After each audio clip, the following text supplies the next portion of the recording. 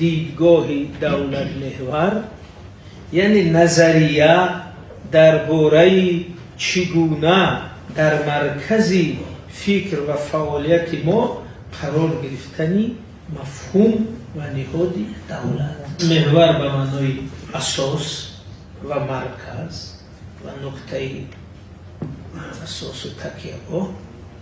دولت که شرعی رو بگیم و دولت محور یعنی دولت در مرکز قرار دارد و دیدگاه دولت محور یعنی تعلیمات، نظریه، کتاب یا بحث درباره اون که چرا دولت مهم است و چرا اون باید در مرکزی اندیشه ما قرار گیرد. بحث اساسی دیدگاه دولت محور چی است؟ فرمول اساسی که این وارد میشه به این کتاب یا به این نظریه این است که هر یک ما همچون انسان منفیت ها، خواسته ها، تمایل ها، اندیشه های بسیار گوناگون داریم. اگر انسانی که اندیشه و دیدگاه و خواسته و منفیت خود رو ندارد و انسان نیست. او هلالی گفته بود که هر کس که در این زمانه او را غم نیست یا آدم نیست یا از این عالم نیست. برای همین هر کس که منفیت ندارد، اندیشه ندارد، موقع ندارد، فکر ندارد، دیدگاه ندارد، او یک آدمی کاملی آگاهی این جامعه نیست. بنابراین واقعیت همه جامعه ها همین است که از انسان های گوناگون فکر عبارت است. اون انسان ها باز در اساس همفکری متحد میشن. مثلا بعضی گروه رو محل متحد میکنن، بعضی رو اندیشه متحد میکنن، بعضی رو منفیت متحد میکنن، بعضی رو ذوق و شوق متحد میکنن. مثلا هست حزب کمونیستی، کسایی که به کمونیسم باور، هست حزب دموکراتی، کسایی به دموکرات، هست یک گروه محلی، کسایی یک منطقه با هم متحدن، منفعت‌های محلی خود رو دارن. هست مثلا اینا در خارجه میره حزب دوستداران طبیعت، حزب سبزها که برای اکولوژی مبارزن، حزب دوستداران ماهیگیری یا پیوه خوری. یعنی جامعه بسیار گوناگون است. کسایی است که به دین تمایل داره، کسایی است که از دین بیزار است، همه همی شهروند و همه همین دیدگاه ها اگر خراب کننده نباشه در جامعه حقوق بودن دارد. ولی چگونه این دیدگاه ها رو تنظیم کنه؟ وظیفه دولت تنظیم کردن. بنابراین وقتی که جامعه گوناگون اندیشه است و منفیت ها بسیار گوناگون است، اگر همه منفیت خود را اساسی پنداشته مبارزه کند، صحنه میشد مبارزه همه به ضد همه. زیرا که منفیت به آخر است، خواسته به آخر است. بنابراین جامعه تبدیل میشد به صحنه مبارزه همگان و ضد همگان. این مثلا کدام محل مهم است، کدام حزب مهم است، کدام اندیشه مهم است، کدام مذهب مهم است، کدام دیدگاه مهم است. بله در این فضای نمی فیسبوک و اینترنت هزار نمود بحث است و اگر همه همین در صحنه سیاست با هم برخورد، این میشه رنگ روز سالهای 92 93 ما داشتیم جنگ همه بر ضد هم.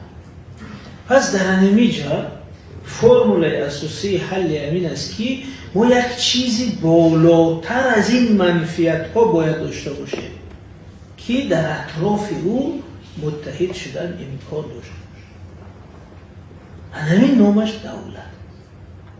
یعنی دولت یک نهادی است که بالاتر از گروه، بالاتر از حزب، بالاتر از منفعت، بالاتر از خواسته های ما همچون یک داده استوار، همچون یک نهادی دخالت ناپذیر وجود داره که همه منفعت ها و خواسته های ما آمده در اطراف دولت متحد میشد و ما او را همچون خط سرخ، یعنی ما در مبارزه ها میتونیم همه چی را این کار کنیم، نقد کنیم، ولی دولت را همچون نهاد، همچون ارزش باید داشته باشیم، زیرا فقط در اطراف دولت میتواند همه متحد شود. زیرا یگون حزب، یگون گروه، یگون منفعت، یگون محل، یگون شخص نمیتواند که برای همه قابل قبول باشد. یعنی فقط دولت از اون مفهومی که ما میگیم که بله ما مسیحی، مسلمان، این دین، این مذهب، این گروه، این حزب، ولی در اطراف دولت متحدیم. از یک دولتیم، از یک کشور. این مفهومی متحد کننده. ولی در این بحث‌های دینی اگه محیط علماست فقط بحث‌های دینی مثل داره. مثلا در قول حافظ گیریم 72 ملت یا فرقه و مذهب وجود داره. همه مذهب ها با خود یک حقیقتن، همه مذهب ها با خود یک فکرن. ولی مثلا وقتی اگر شما خواهید نصیحت کنید در یک کنفرانسی بین المللی نزدیک شوی مذهب ها و شما سخنرانی کنید، میگی که خیلی این ما مذهب ها گوناگون است ولی خدای ما یک است، قرآن ما یک است، پیغمبر ما یک است. این سه جایی هست که همیجاش عمومی کننده است. وگرنه امامای هر مذهب دیگر، فکرش دیگر، شرعش دیگر، حکمش دیگر، فتواش دیگر، نظرش دیگر. ولی یک جایی میایم میگیم که بله همه دیگر هستیم ولی مثلا خدای ما یک است، پیغمبر ما یک است، کتاب ما یک است. این جای متحد شدنش است. در سیاست همین خیلی جایی که همه با وجود گوناگونی فکر و منفعت و عقیده میتونه متحد شد، این دولت است. فهمید؟ بنابراین دیدگاه دولت محور میگه که اگر ما در فعالیت سیاسی دولت رو، منفعت دولت رو از منفعت شخصی، گروهی، حزبی، ایدئولوژی خود بالاتر گذاشته توانیم، ما میتونیم یک جامعه با ثبات، متحد، وحدت دار باشیم. اگر منفعت شخصی و گروهی و حزبی و محلی خود رو از دولت بالاتر گذاریم، میگیم اگر دولت چپه میشه، ویران میشه، خراب میشه، آدمی فکرمند حاکم باشه، اون وقت دولت هم خراب میشه و همه ما بدبخت میشه. بنابراین دولت همون محور و مرکز است که همه ما رو میتونه متحد کند در اطراف منفعت‌های عمومی. وقتی میگیم دولت محور، دولت باید مهم باشد، دولت در مرکز باشد، ما چی رو در نظر داریم؟ زیر مفهوم دولت ما خود یعنی کشور، خود سرزمین، خود مردم ما، خود نظام سیاسی کنستیتوسیونی دولت، همه شاخه های خود ارزش های ملی و دولتی و سیاسی، خود مقدسات یا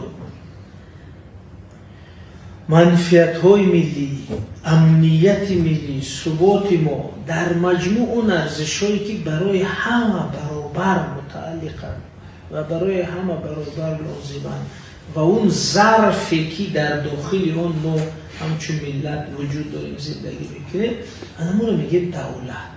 سببی نوشته شده در این کتاب در این بود که من در روندهای گوناگون سیاسی بودم، چی در سالهای جنگ و در مخالفین و در حکومت و در دستگاه و در شرق و در غرب و سالهای زیادی تجربه کار در نهادهای گوناگون و همین خلاصه من همین بود که همه ما حقیقت خود رو داریم، ولی تا زمانی که در اطراف یک حقیقت بزرگتر متحد نشویم، حقیقت‌های ما یکدیگر را منوخ شکسته میرم. بنابراین تجربه شخصی و خلاصه علمی من این بود که اگر این دولت را همچه ارزش در نظام فکری منجاتیه و در اطراف اون متحد شویم و او را همچه خط سرخ اعتراف کنیم و درک کنیم، دیگر فضای همزیستی برای همه فراهم میشه. ولی اگر هر کس خود را از دولت مهمتر شمارد، هیچ این مبارزه آخر نخواهد داشت. همین تجربه حیاتی